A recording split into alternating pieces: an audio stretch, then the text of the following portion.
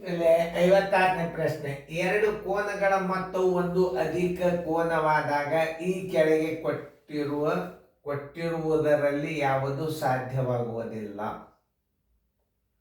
ನೋಡಿ, ಈಗ ಎರಡು ಕೋನಗಳ ಮೊತ್ತ ಅಧಿಕ ಕೋನ ಆಗ್ಬೇಕಾಗ್ಯದ ಅಂದ್ರೆ 180 ಡಿಗ್ರಿ ಆಗ್ಬೇಕಾಗ್ಯದ. ಈಗ ನೋಡ್ರಿ ಇದ 90 ಡಿಗ್ರಿ ಆಗ್ತದೆ. ಇದು ಎರಡು 90 ಡಿಗ್ರಿ ಈಕ್ವಲ್ ಮಾಡ್ಲಿಕ್ಕೆ ಸಾಧ್ಯದ. ಇದು ಲಘು ಸಮಕೋನ ಅದ. ಇದು ಸಮಕೋನ ಅಂದ್ರೆ 90 ಡಿಗ್ರಿ.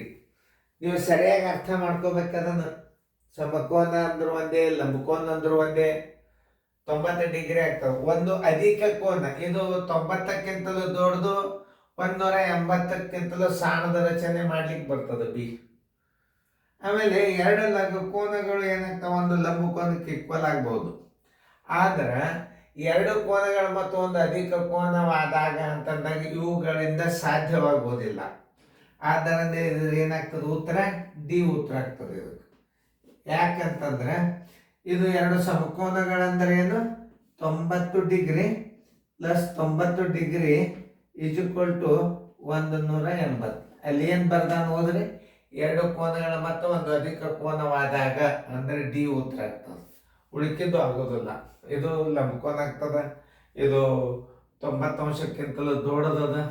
ಎರಡು ಲಘು ಕೋನ ಅಂದ್ರೆ ಒಂದು ಏನಾಗ್ತದೆ, ಸಮಕೋನಕ್ಕೆ ಸಮ ಮಾಡ್ಲಿಕ್ಕೆ ಸಾಧ್ಯದ.